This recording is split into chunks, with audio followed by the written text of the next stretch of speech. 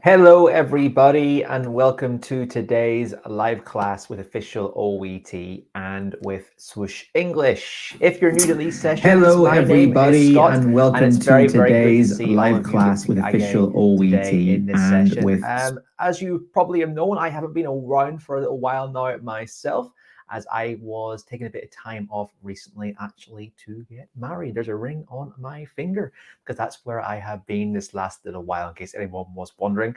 But you have been in very, very good hands with our co-teacher Alexander for the last few months of official OET live sessions. I know that many of you enjoyed those sessions with him, but it's great to be back, and it's great to be doing some more of these live OET sessions with official OET. So I hope everyone is well. I hope that everyone can hear me and that everyone can also see me as well. So if you can, just send a few comments into the chat box if you're watching on Facebook or if you're watching on YouTube. Let me know how you're getting on. Thank you very much, Dorina. Dorina has told me that she has said congratulations. Thank you very much. So let's see who we have in the session today. We have Chief. Hello, Chief.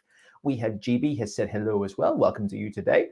We have Princess Osa says good morning from London. Hope it's nice and warmish, not too wet in London. We have Gina says hello. Hello to you too, Gina. We have Eula say hello, good morning from Riyadh in Saudi Arabia. A bit drier and a bit warmer over there, I'm sure, than in the UK and Ireland, which is where I'm from, by the way, guys. Ireland, if you're new to these sessions. We have Ganga says hello to you, Ganga. Emo says hello. We have Smitha. We have Vilkri. And we have Nelsie. We have Wafa. Princess said, yes, I can. That's good. Tech check is out of the way. We have Rads that says, congratulations. Thank you very much. Let's show that ring one more time. There we go. We have Mayette that says, hello. Amjad, hello to you, Amjad. We have Imo says, congratulations. Thank you very much. We have Mayette, congratulations. Thank you very much. We have KL. We have Kitri. And we have Ashley. And we have Amina today in the session watching with us on our official Swoosh English Facebook and YouTube channels. Thanks very much for joining me today. Let's see who we have over on Facebook. We have a few others actually on Facebook joining us over there. We have Kitri, we have Amjad, and we have Princess, and we have Raz as well over on the Facebook feed joining us today. That's absolutely fantastic. Great. Dana has said, hello, Scott. How are you? Nice to see you after a long time. Refreshed and ready to get going with this session today. That's simply how it feels. And Lara has joined us saying congratulations as well. Hello to Preeti, Ugoma, AMH. We have Krishna Priya. We have Ruby. We have Juby. We have Sibi. We have Litty. We have Bettina. We have Comfort. We have Shadin, Alexi, Preeti, Sushma, Dennis, Ashley, etc. over on the Swoosh English, the OET YouTube channel. Thank you very much for congratulating me. I really, really appreciate all of those comments that you're leaving from me. Anyway, guys, thanks a lot for joining me today. Let's get stuck into another one of our classes today. And this is a bit of a culmination of the sessions that we've been doing over the last few months with official OET. Today's session is going to be a review session on some aspects of the reading and listening classes that we have been covering over the last, I suppose, 4 to 5 months. We've been doing these sessions every 2 weeks. So if you're new to this session, that's completely fine. You're still going to get a lot out of the listening and reading practice we're doing today.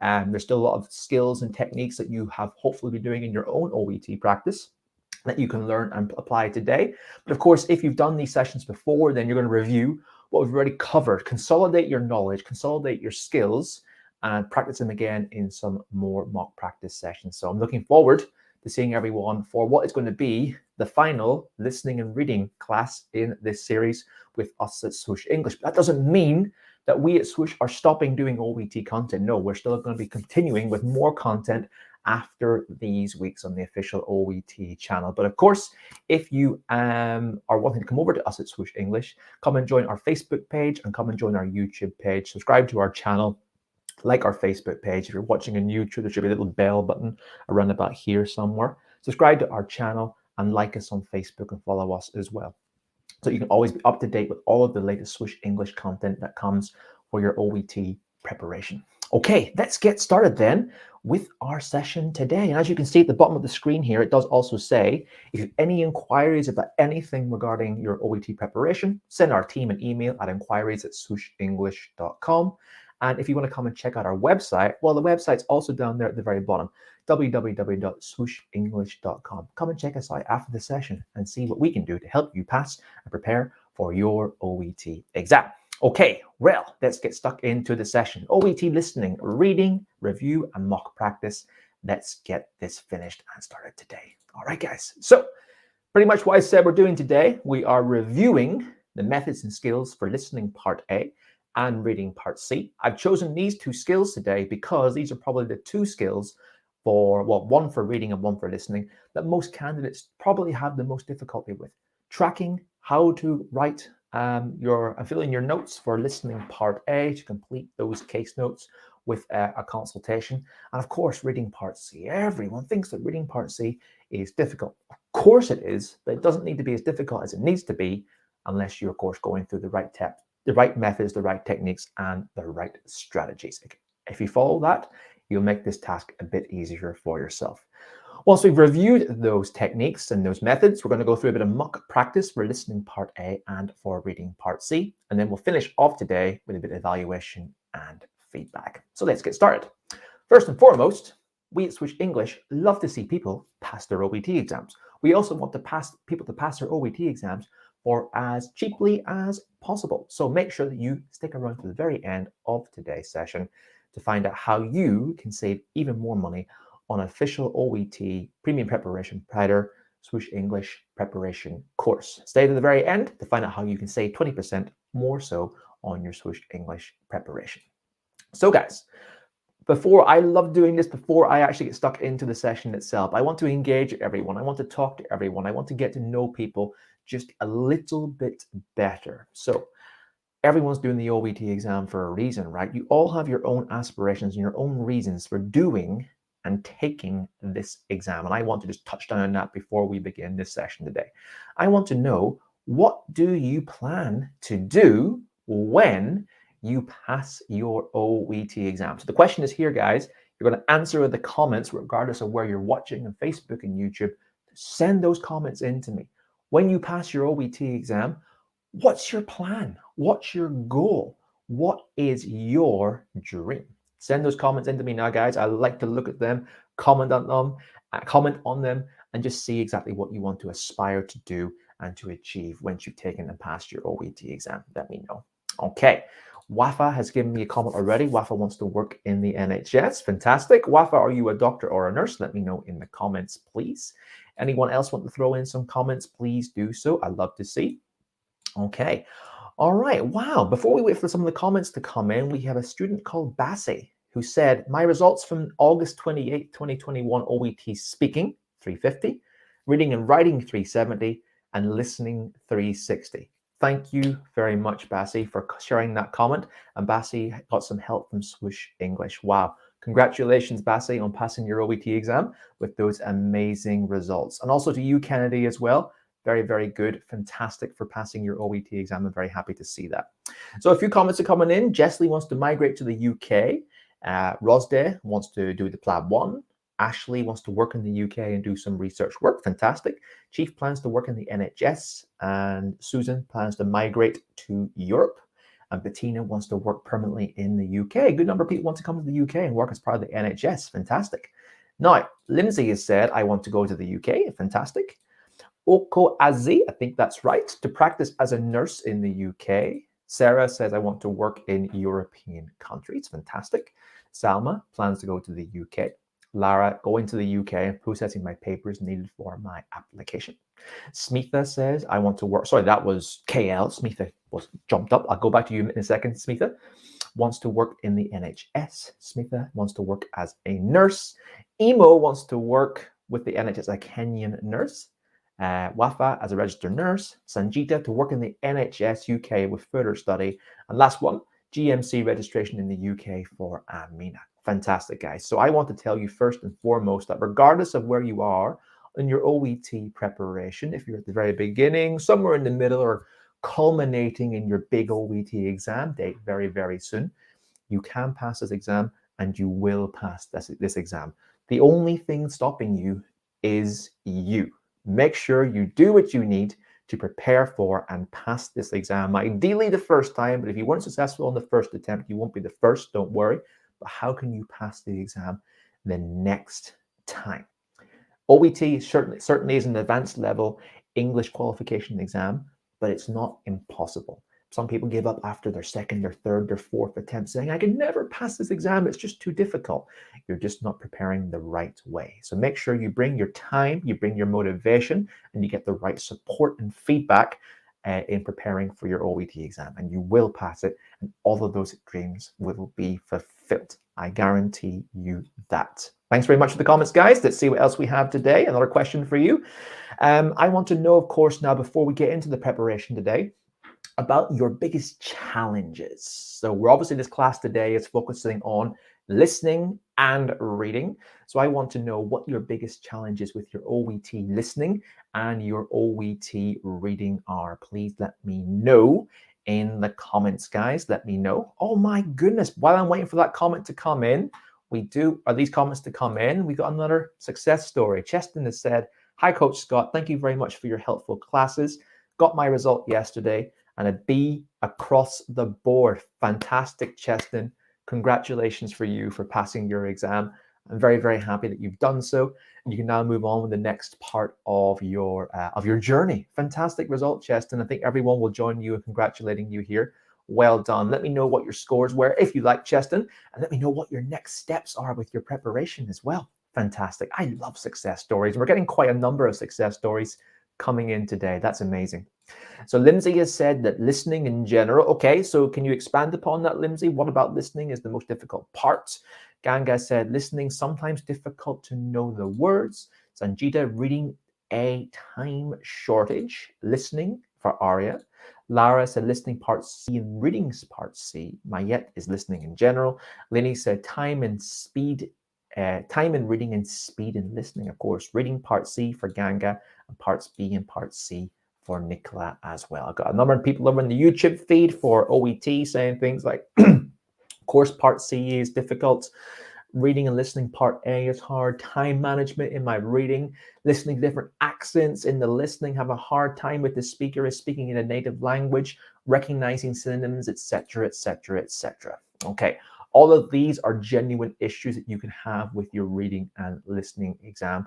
And it just compounds my advice in making sure that you are getting the right support and feedback, that you are going to tried and trusted resources with tried and true methods, strategies, and tips for preparing for your OET exam.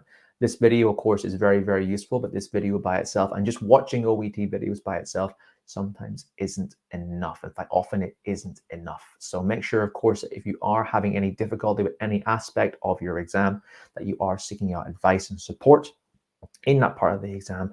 You're putting those skills and tips into practice, you're getting evaluated on that practice, and you're seeing that you're making progress in those parts of the exam. That's what I want to know. But culminated with my previous message in that OET is difficult. It's not impossible. It's all about the right approach and method for passing this exam. And I want to give you that extra motivation in doing so today with your OET preparation, guys. Thank you very much for those comments. I really, really, really appreciate it. Fantastic. Okay, so let's get stuck in now to a bit more of our class. We're going to start off today by reviewing listening part A. Now, of course, if you want the entire listening part A lesson that we did previously, come and watch our videos on our Swoosh English Facebook channel or our Swoosh English YouTube channel. You can also check them out on the official OET channel as well, where I go into more depth and more detail in listening part A. Today is a review of that skill to see exactly how well you've done and how well you've come since the very, very beginning. Let's get started. So guys, as you probably know, here is a sample task for listening part A. There will be 2 sets of question extracts of 12 questions each.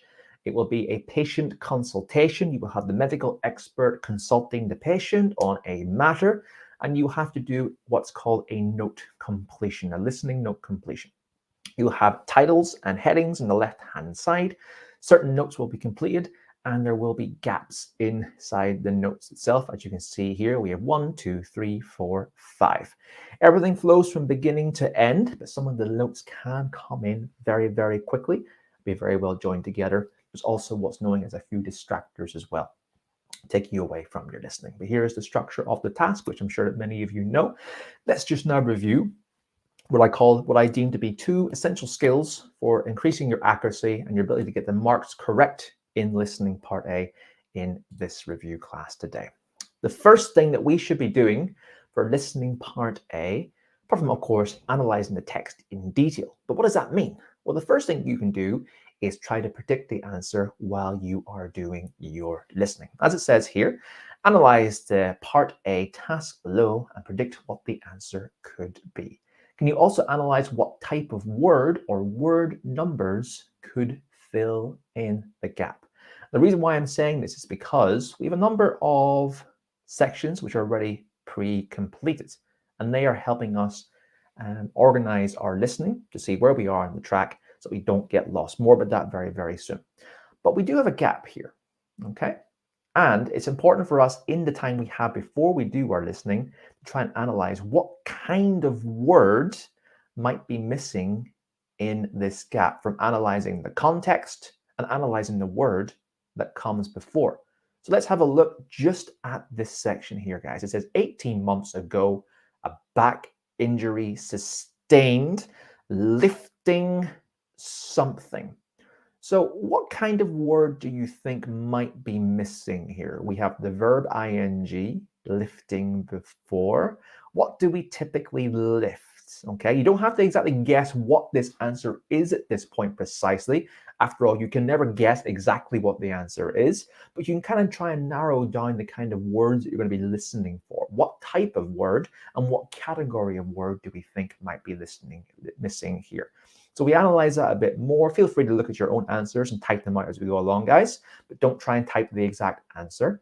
But for example, here I'm thinking we're lifting a singular or plural noun plus an object here. So we're lifting something here, an object of sorts. So you'll be listening out now for something that's being lifted, carried, or picked up, for example. Don't forget the words that come before the words in the gap will be paraphrased. We're not necessarily going to hear the word lifting. We might not, but the word that we hear in the gap will be similar. So think about the context of this sentence, the word synonyms we might hear, and what kind of word we might hear in context with that. So take a note of this. We're going to be hearing a singular or plural noun and an object that will be listened for this first part of this listening exercise. Okay, over to you guys. Now we're going to try and do these ones together.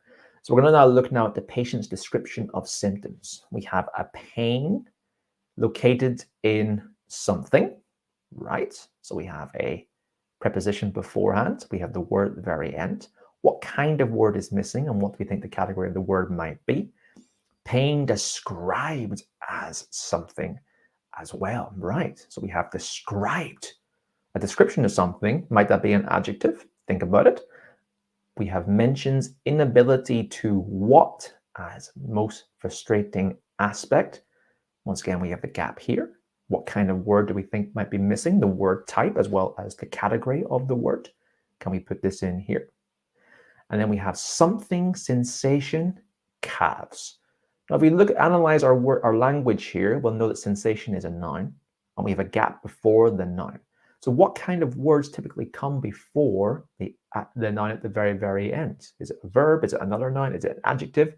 Or another form of key content word?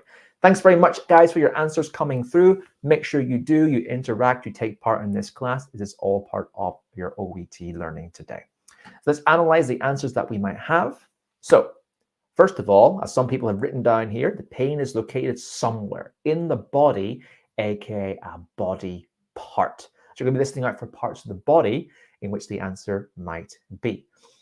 Pain described as an adjective. This could be a single word or it might be a short phrase as well. So make sure you listen out for all words that might be clustered together for greater meaning that the answer could be. Don't forget the answer could be up to 3 words and or a number in using it for your OET answer. Mentions inability to what? Well, we know inability to do something, which would be a verb, or it could be a verb phrase as the most frustrating aspect. And then we have an adjective, a sensation. So what kind of word will describe a sensation? Some sort of descriptive adjective. which happens in the part of the body, aka the calf. Thanks very much, guys, for your answers. Keep them coming in. Let's do it again for the next part of the exercise. So we got a heading here that says occupation. All right, so what kind of occupation are we looking for? More than likely involves a job type. We have an initial treatment, okay, initial meaning the very, very beginning. Application of something provided some relief. So to apply something, what are we thinking about here? Are we thinking about maybe some sort of medicine or topical ointment that provides some relief to the sensations that they were having? And then a referral, okay? Referral is our title here. What do we think the answer might be here? We have key words here in the brackets that says briefly. So is this someone that's being referred to at this point? Maybe it did them good, maybe it didn't do them good, but you're analyzing the language, you're analyzing the headings and subheadings that come along that will help you with your accuracy. So the kind of words we're looking for here, occupation, of course, is a job, a direct synonym, so it could be a noun or it could be a noun phrase and sort.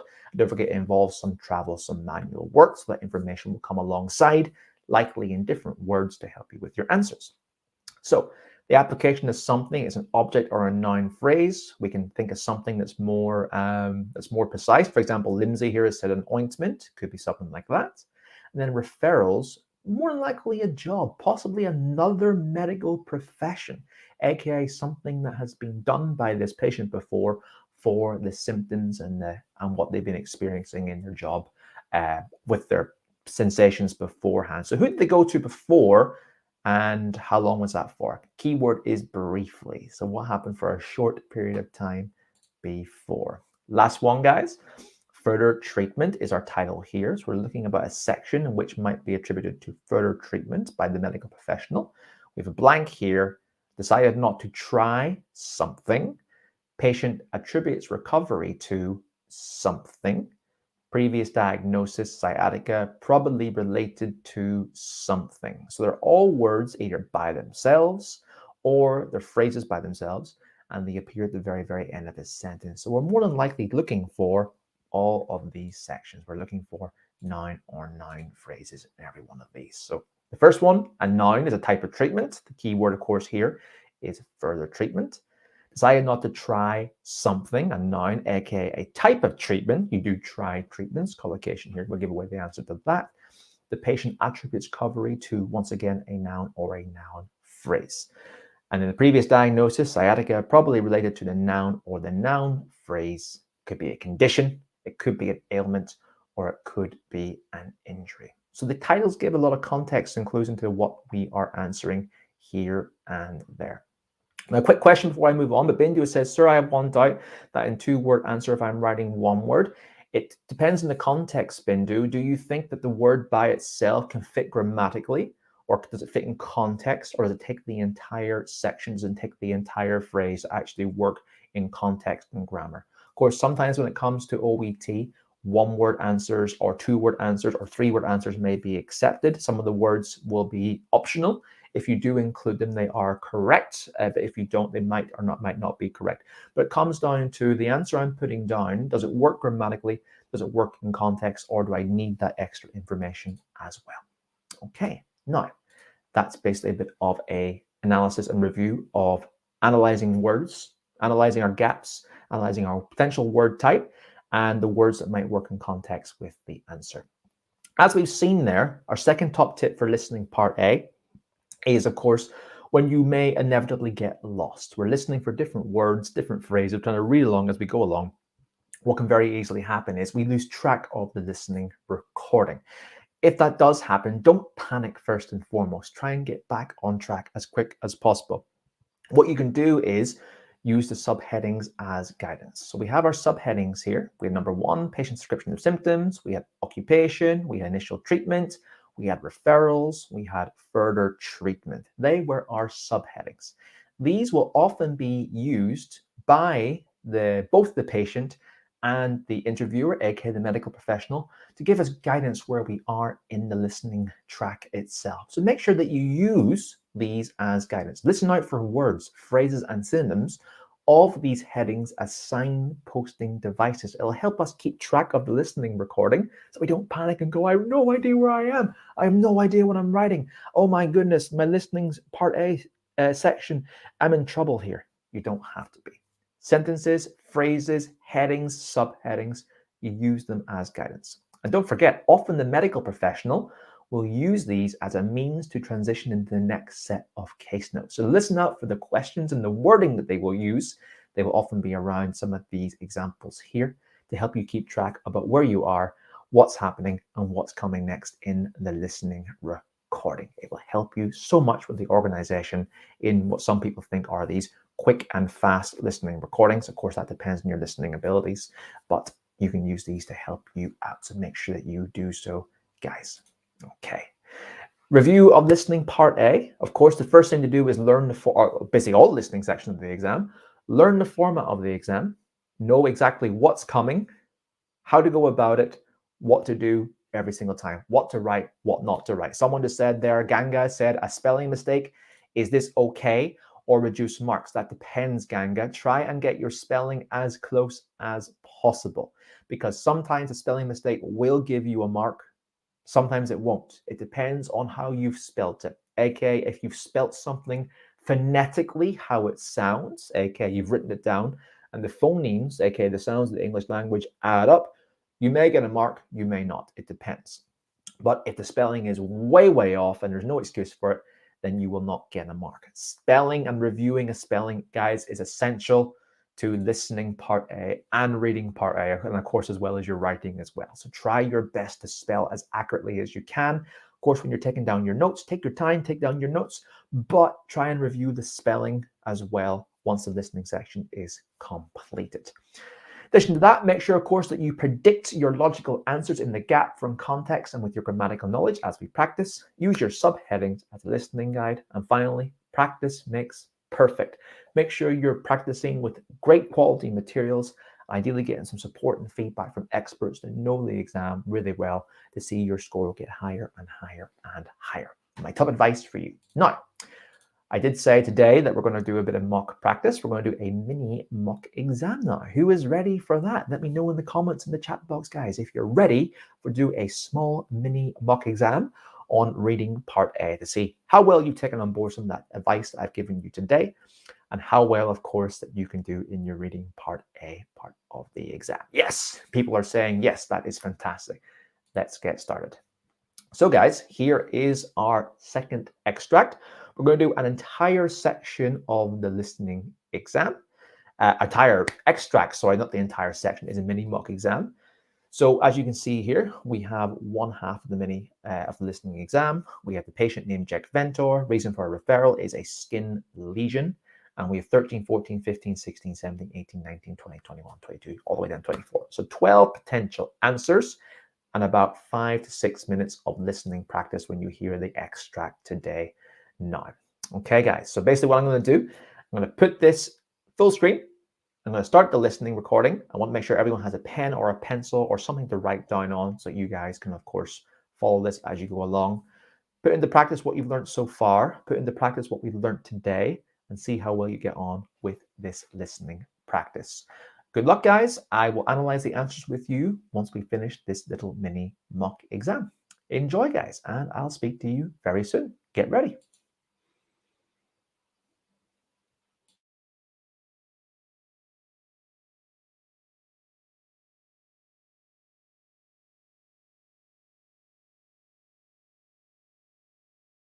Occupational English Test. Sample Test 1. Listening Test. This test has 3 parts. In each part, you'll hear a number of different extracts. At the start of each extract, you'll hear this sound. You'll have time to read the questions before you hear each extract, and you'll hear each extract once only. Complete your answers as you listen. At the end of the test, you'll have 2 minutes to check your answers. Part A. In this part of the test, you'll hear 2 different extracts. In each extract, a health professional is talking to a patient. For questions 1 to 24, Complete the notes with information you hear. Now look at the notes for Extract 1.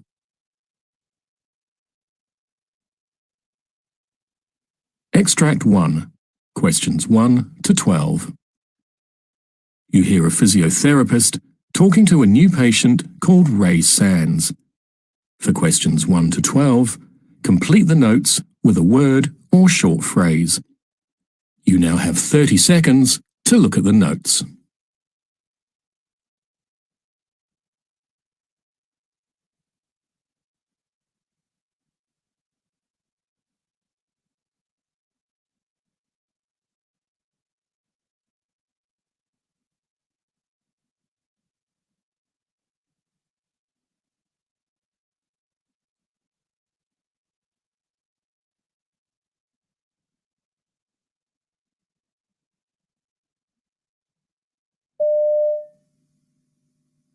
Come in.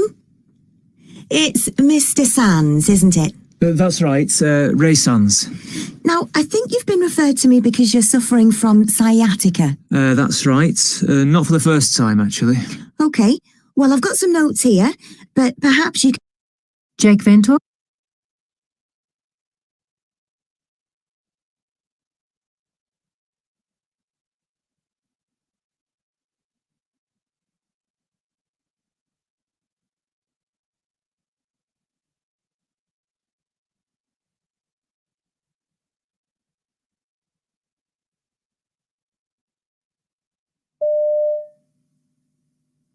Jake Ventor? Please come in and take a seat. Thanks. Okay, now I understand from your GP that you've got a problem with your hand? Yes, I went to see a couple of weeks ago because of a sore on my left hand. I've had it for years, but not all the while. You know, it appears, then it gets better, then it comes back. It's here on the palm. It's almost gone now. But she wasn't sure what it was, so she said I'd better see a dermatologist. She took a photo. Did you get that? I did, yes. So tell me about the condition, how it feels and... Well, I always know when I'm going to get it because I have this itching beforehand. Right.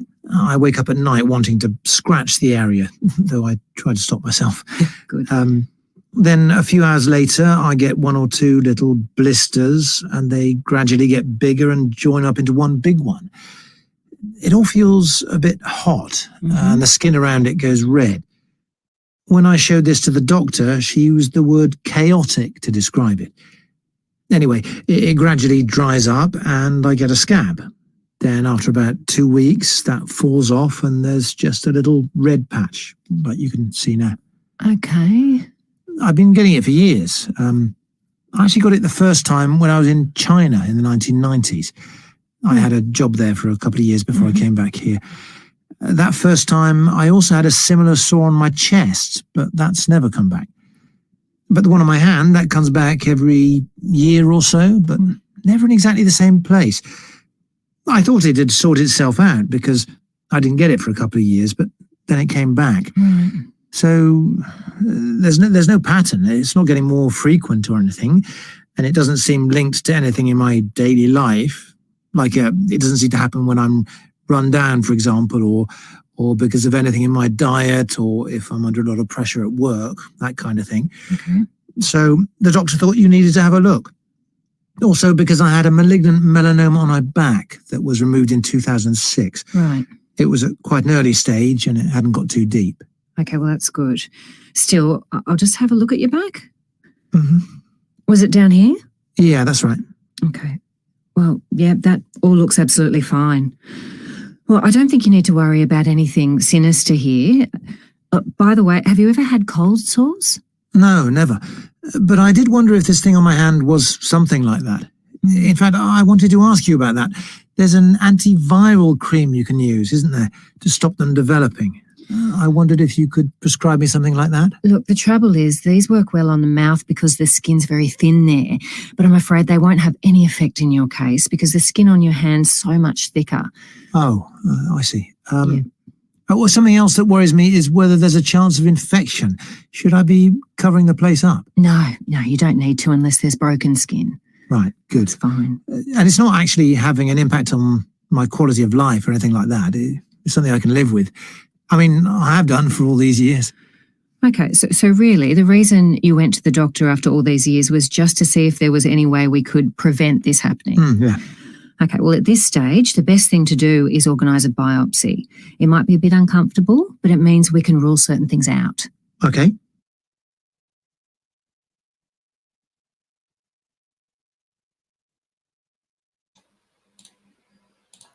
Okay, everyone. That is the end of finalize your part answers A. there. Oh, I'm going to just Now look at part B. shush that person there. Make sure, of course, now you finalize your answers. Take a moment and also check your spelling as well. Always in every part of the exam, try and answer everything. There's no negative marking for OET, so there's no reason for you to have anything completely empty at all. Always answer everything in the exam. But as previously mentioned, spelling is essential. Okay, so for some people today who have been saying the screen isn't clear, make sure if you are watching that you're watching in the highest resolution possible. If you're watching in lower resolution, then of course the screen will not be clear. So check your resolution, make sure you've updated it to the highest possible for the best enjoyment of the experience today. Hope that you found this listening track interesting, useful, and you found it also, of course, to be quite, well, I'm not going to say easy, but I'm going to say that you managed to find your technique and your method to be up to scratch and you're able to follow everything moving forward. So let's have a look now at some of the answers of this listening track. So here are the answers, guys. Number 13 was on the palm of his left hand. Number 14 was 3 potential words: itching, itchiness, and puritus. Puritus, of course, is itching and itchiness. All of these words were somewhat mentioned, so all of them are actually an applicable answer. They work in context and they work grammatically. 15 was then blisters form and join up. If you included little, it works in context, gives extra information. So if you included little blisters, that's a mark. Blisters by itself is a mark as well. 16, GP describes the appearance of a lesion as chaotic. 17, normally, oh no, this one, sorry, also had a lesion on his chest, never recurred there. 18, not becoming more frequent. Number 19, no apparent link to general state of health. If you had written diet or anything in daily life or anything in his daily life, those answers are accepted. 1, they work in context, they're the correct answer, and they work grammatically. Number 20 was melanoma. If you had included removal of melanoma, if you had included malignant melanoma, if you had included removal of malignant melanoma, then they are the correct answers. Okay, so basically melanoma is the note form. That's the key word, but if you include the stuff before, that's also fine because it works in context, it works with the gap, and it works grammatically as well. 21, reports no history of cold sores or herpes simplex or herpes labialis. All of those words are completely fine. Number 22, advised that antiviral cream or an antiviral cream was unlikely to be effective. If you include the hyphen to hyphenate those two words, that's also good. If you didn't include it, that's fine, by the way. In terms of using precise punctuation, OET would be quite mean if you had to use that exactly as it is. 23, told him to take care if the skin is broken. And then 24, biopsy will be arranged. So those were the answers and the correct answers overall. Hope you found that relatively useful. Hope you actually found it useful analyzing the potential answers and how they could work and how the different variations may work as well. That might give you a bit more clarity in terms of, do I use one word? Do I use 2 words? Do I use a number? Think, does it work grammatically? Does it work in context? If you're using extra wording, it doesn't work grammatically in the notes, then it's maybe not going to work. So guys, how did you get on? Let me know in the comments. How have you got on with that listening activity today? Did you get all 12 correct? Did you get 11? Did you get 10? Etc., etc. Let me know in the comments how that you got on, please. All right. So, and I got a couple of questions while I'm waiting that to come through. SS said, if we put cold sore instead of cold sores, will we get marks or not? No, you will not get marks because it's not using the article beforehand. We're not talking about a precise cold sore, my friend. It's cold sores. So basically, if the answer is not there on that page, then it's not going to be correct, guys. So if you don't see it on the page, it's simply not going to be correct. Well done. We got a couple people have got 12. Well done, Jessley. Well done, Monique. Alexi got 11. Snoopy got 10. A good number, a couple of 9s here, which is also a good score as well. But a good number of 10s, a good number of 11s, and a good number of 12s as well, guys. Amazing. Keep them coming in. Keep the answers. Nice. Well done. So we got all. Well done to Uluwatu Mini Inu. I think I got that right. If I didn't, I apologize, my friend. Well done, Lara, getting 12. Well done, Pilyan, getting 11. Well done, Shini, to get 11. And well done, Narish, to get 10 as well. Awesome. And over the YouTube channel, lots of marks here. Okay. Fatima has said, I'm going to answer one more question. If you'd written antiviral, is that correct? No, because cream's really important. It's antiviral something. If it's just an adjective before a noun, and you're not describing what it needs to be applied as a cream. So the cream is a really, really important word, my friend. Biopsy, Monica, spelling, I'm not sure. It does seem to work phonetically. I can't answer that. That's why I stress important spelling is key to getting the marks correct. Okay, guys. Well done to everyone who did awesome in that activity. If you're getting 9, 10, 11, 12, you're doing really awesome for your listening part A. Remember, guys, continue to practice, continue to improve, continue to get feedback, continue to analyze, work on your spelling, know the task really well, look at the sample answers, etc., etc., and that will see your listening part A marks get higher and higher and higher. But some seriously good scores today in that analysis. Hope you find it useful, guys. Let me know if you did find it useful in the comments before we move on to the next section of our class today. And of course, guys, I want to remind everyone that we here at Swoosh English are here to help you prepare for your OET exam. If you're enjoying what we're doing today, we have a lot more content. We have 3 passers today come into the session today, talk about how they passed their OET exam with Swoosh English, and a few of them on their first attempt. Well, today we want you to join up and help, and we want to help you out for even cheaper than we normally would. So for today, throughout the entire weekend, we're offering 20% off selected OET preparation courses. So there hasn't been a better time for you to come and join us, help prepare for your OET exam than now with Swoosh English. If you want to do that, all you have to do is use code OET Live 20 off. Take a note of it, guys. Take a note of it, write it down. I'm going to send comments into the chat box now in a minute on Facebook and YouTube. But OET Live 20 off, all lowercase, is the Groupon code. Groupon, it's not Groupon. What am I talking about? Is the discount code that you'll be using to get access to that discount. But remember, guys, it's only for this weekend only. So it's valid until midnight Sunday. Therefore, you have 48 hours to make the most of this. Sorry, 72 hours, almost 72 hours. I'm an English teacher, not a math teacher. We'll say 48 to 72 hours to get use of that code.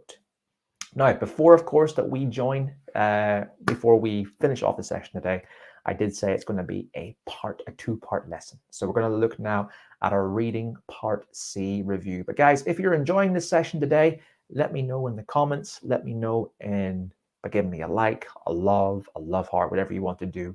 Let me know how much you appreciate this session today. If you don't appreciate this session today, then just don't tell me. No, I'm only joking. Please do tell me anything about this session that you're not too keen on. Let me know. But let me know if you're enjoying it. And make sure, of course, you're following us on Facebook and you're following us on YouTube to get access to more of our content. Okay, guys, so let's get started now for the next probably about 30 minutes or so, maybe up to about 10:30. I'm supposed to only do a 1-hour session today, but I'm going to make it an 1.5-hour session to make sure we cover everything that we are supposed to cover today. And I want to now, of course, go on to our reading part C review. Okay, reading part C. Everyone finds it somewhat tricky. So I'm going to review, of course, what we've done so far in this series of lessons about our reading part C practice, a quick review of the strategy and the tips and the walkthrough, and then we're going to go through a bit of mock practice to finish off today. So an example task for reading part C, of course, you will see are, first of all, what's called our, I'll just type it out in the words here. We have what's known as our topic. So it says most reading part C tasks will ask you to complete a sentence. However, some require you to, of course, answer a question. You will then have 4 different answer options, which you need to analyze and try and get the correct answer for. In terms of using your time management for reading part C, well, there's about 750 to 800 word texts you have to read. There's about 8 questions per text and about 16 in total. And in terms of how much time that you have for reading part C, well, it does break down to approximately 1.5 to 2 minutes in total per question. That is, of course, if you're using about 30 minutes or so for reading part C and about 10-15 minutes for reading part B.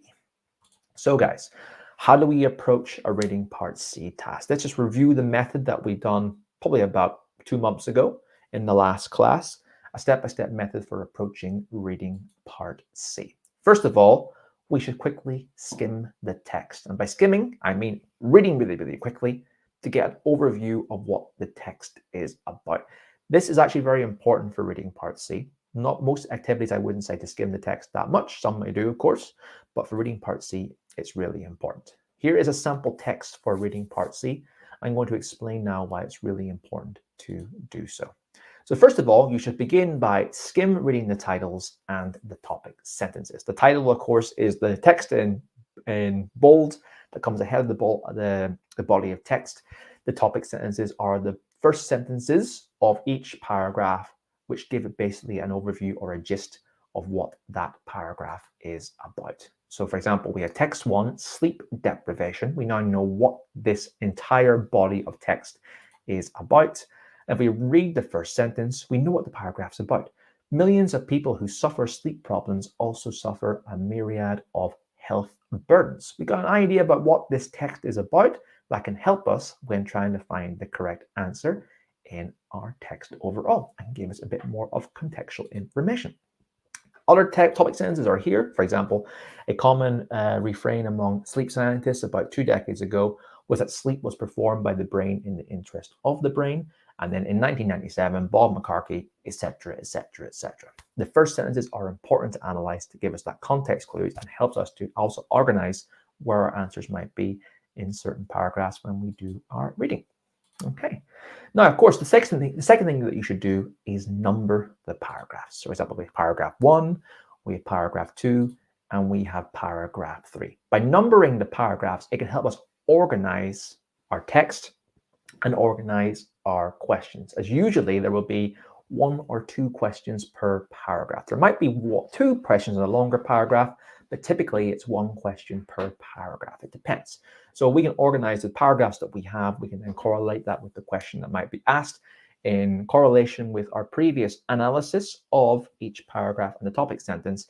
It can help us spend time, refrain from our time from analyzing every text, trying to find where it might be, which can save us a lot of time. Of course, finally, take it each question at a time. There's no point in you looking at all the questions to begin with, because that's just going to confuse your brain. You're thinking about too many words, too many answer options, too many options overall. So make sure, of course, you take it 1 question at a time when you're analyzing the text.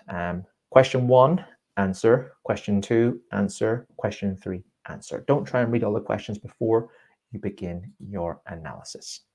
The next thing, of course, that we should do is, now that we've understood what the text is about, we've taken a note of our topic sentences, we've taken a question at a time, we need to analyze our answer options and see what the answer options may be.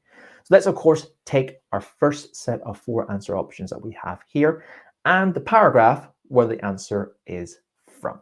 So it says here, carefully analyze the question or the question stem, which of course says in the first paragraph, the writer uses Ava Kahn's words too. We know what paragraph we're looking at. It does say the first paragraph, and we know the writer. The writer is saying something in this paragraph, but using Eve Van Coter's words to do something afterwards. Okay. We're going to read the answer options and take note of the differences. Okay. So explain the main causes of sleep deprivation, reinforce a view about the impact of sleep deprivation, question some research findings about sleep deprivation, describe the challenges involved in sleep deprivation research. So of course, read through these, take a note of the different languages and the qualitative languages being used. For example, paragraph, or answer option 1, explain main causes. Paragraph B, reinforce a view, impact of. Paragraph C, or answer option C, question research findings. D, describe challenges involved in research. Okay. Take a note of the key words. What's it asking you to do? What's it explaining? And what are the differences that you can analyze? Now, of course, we're going to read the respective paragraph carefully, skim through, scan through as well. Any wording that we can see that correlates with the wording involved. Does it back up our answer option? Does it refute it? Or does it even mention it whatsoever? We can, of course, then try to eliminate the incorrect answers from every evidence that we can see. And then, of course, to watch out for what are known as distractors as well. They're words which are designed to distract us from the overall meaning of the paragraph or the answer option we're looking for. And often we can be distracted by what's called key words. Reading part C is not about keywords and keywords only. It's about looking at entire sentences, looking at entire meanings, but looking out for words which may be designed to throw us off our answer option. So read the paragraph carefully, eliminate the answers, and then watch out for distractors. We're now going to complete this task overall. So I've analyzed a few of the keywords here. We have the writer, Eve Van Couters, explain main causes sleep deprivation, reinforce a view, impact sleep deprivation, question some research findings, sleep deprivation, and describe the challenges involved in sleep deprivation. Okay, I'm going to give everyone now a minute to see and review how they get on with this question here. See how you get on, guys. Let me know. We're going to analyze that answer in 1 minute. Let's see how you get on. Make sure you look out for those distractors. Don't look at keywords only, look at whole ideas. Analyze that language very, very carefully. 1 minute, guys. I'll see you soon.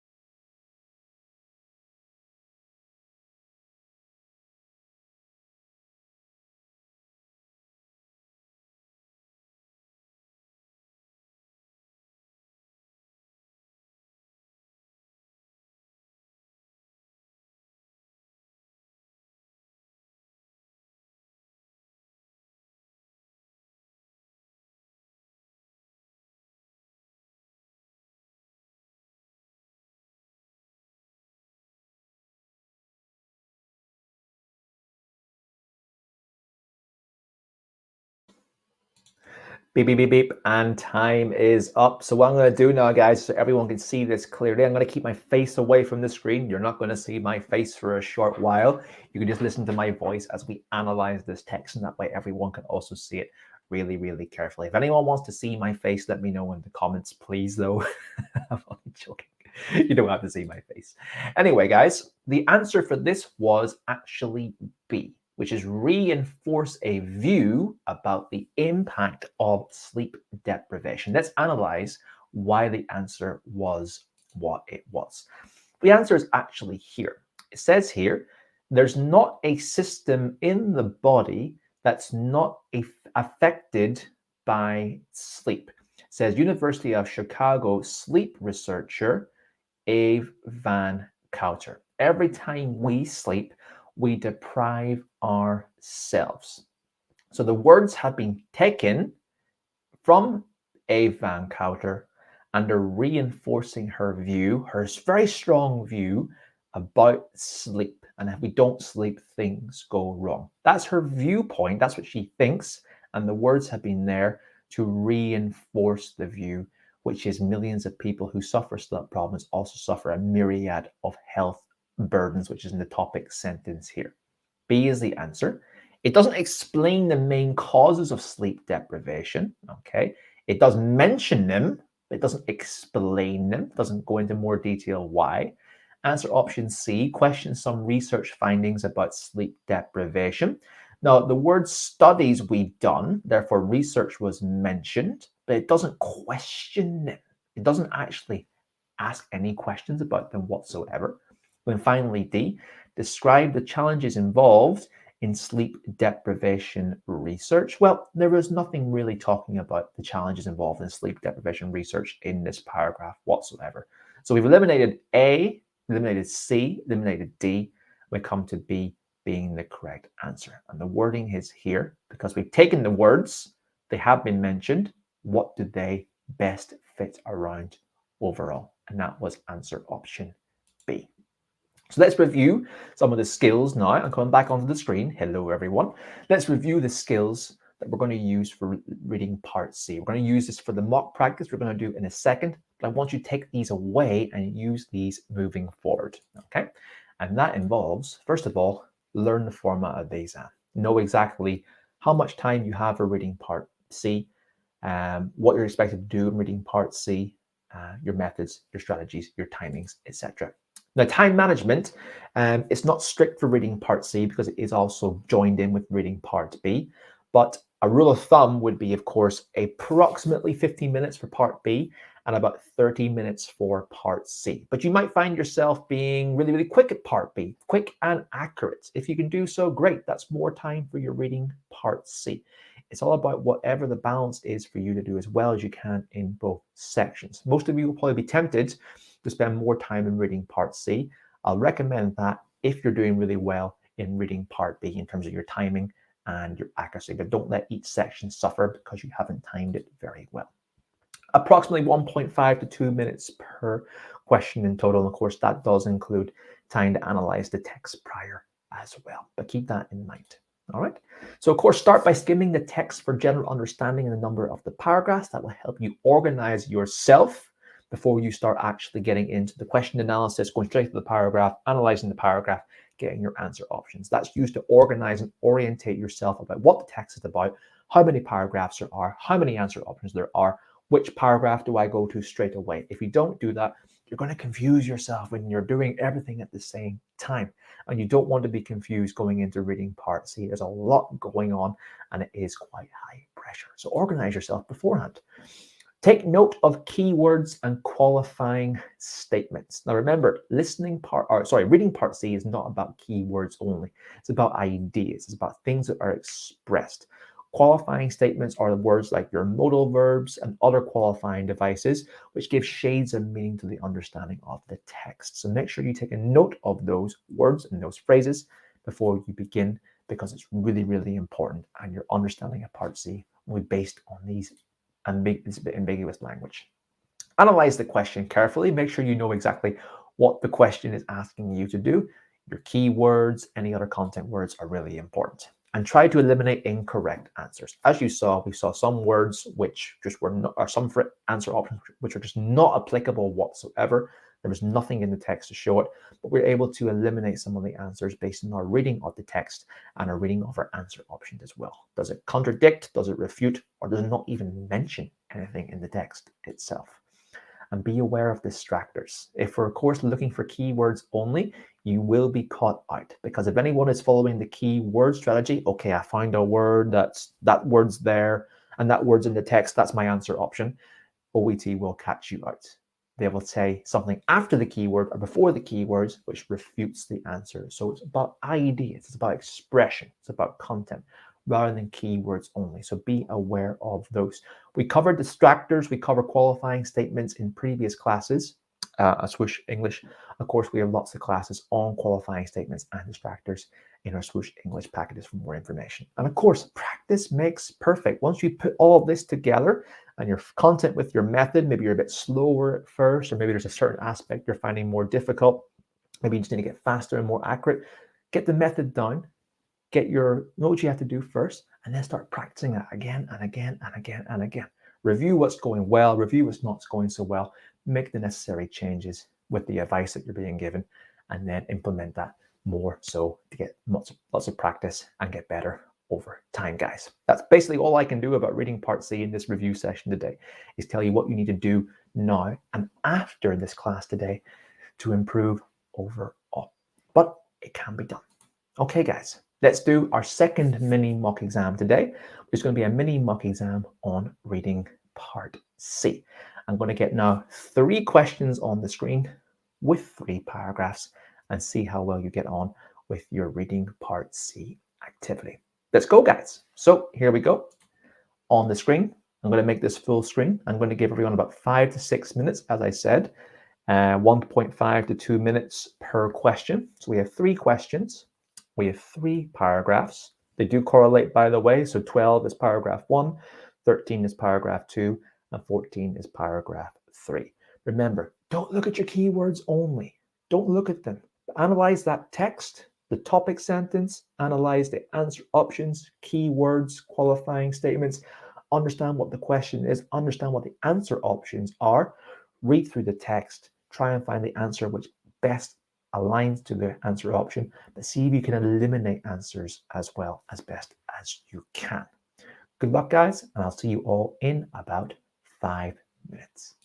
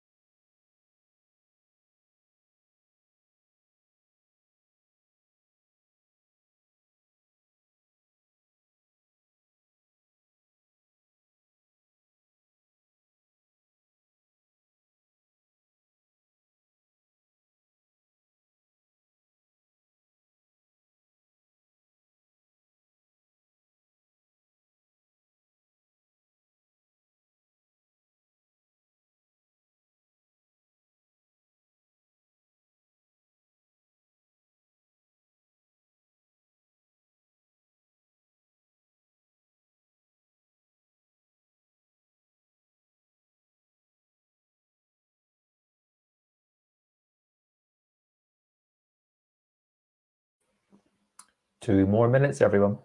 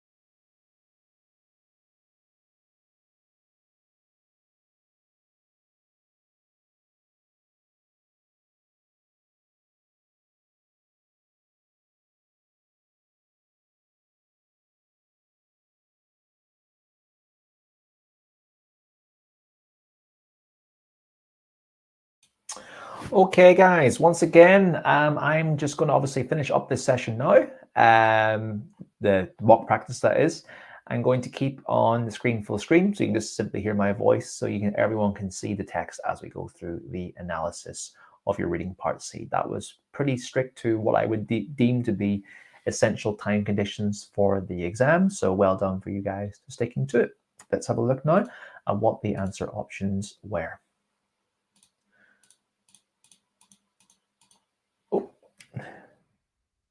So, answer option 12, or sorry, question number 12. In the fifth paragraph, what does the word it refer to? It's a reference question. We can see it here in the paragraph itself. It is an enforced lack of sleep. Let's see why it was an enforced lack of sleep. Well, it's all in this section here. Van Couter's results, Bashir has found evidence that enforced lack of sleep sends the brain into a catabolic or energy-consuming state. So enforced lack of sleep has been referenced beforehand. We can see it here. Now we need to look at the sentence context of the second one and see what it is referring back to. This is because it degrades the energy molecule, blah, blah, blah, blah, blah, blah, blah, blah, blah, blah. So enforced lack of sleep is the main subject of the previous sentence, and it is referring back to that there. There's not catabolic, it's not new evidence, it's not an enzyme, as there's nothing in this section here to reference that whatsoever. Enforced lack of sleep comes before, and it has been referenced. So, question number 13. What aspect of her findings surprised Kira Kirelli? There was no reversal of a certain effect of sleep deprivation. Now let's have a look at why that is. It says here, number of debris granules was small, but it's worrisome because it's only 4 to 5 days of sleep deprivation. After 36 hours of sleep recovery, a period during which she expected normalcy to resume, those changes remain. That's a key word here. So after you were sleep deprived and you tried reversing it, it didn't reverse because the changes remained at the very end. Now, it doesn't say anything about cortical neurons. The mice underwent structural changes. That is mentioned up here. But the key word here is surprised. How was the author, Kira Kirelli, surprised? And we have words like worrisome here, indicates surprise, shock, or being scared. And this key word has been used here. Worrisome is what indicates with this. Now, a few of the other answer options were mentioned in the text overall, but there's nothing which shows that she is worried or surprised. That is where we're looking for our key qualitative language here. Worrisome and surprised is what joins up to this. Finally, number 14. In the final paragraph, the quote from Van Couter is used to suggest that it could be difficult to develop any treatment for sleep deprivation. So the key word here is quote. You need to find what Van Couter's words were, and it does say here. But with so much of our physiology affected, an effective therapy other than sleep itself is hard to imagine, suggesting that she finds it very, very, very, very hard for sleep deprivation to have. People like to define a clear halfway of health actions. With sleep deprivation, everything you measure affects, interacts synergistically to produce the effect. Okay, so everything else here, the goals of sleep deprivation research are sometimes unclear. There's nothing really mentioning how it's unclear here. C, opinions about the best way to deal with sleep deprivation are divided. If I'm reading through the text here, there's nothing to say that it's really divided here.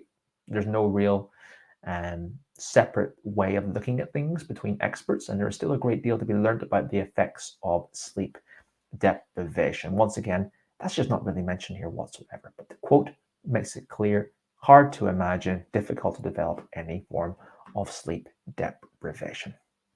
Okay, guys, let me know how you got on in this section today. Of course, some people are reviewing on a mobile device. When you're coming to one of these classes, ideally, it'd be great for you to, if you're doing a reading section, to do it on a laptop or a computer. That is really, really important because after all, you're going to be looking at a lot of text and integrating it better. So watching on a laptop would be the best thing to do. So guys, let me know how you got on in that reading part C section. I don't know why I keep saying listening today.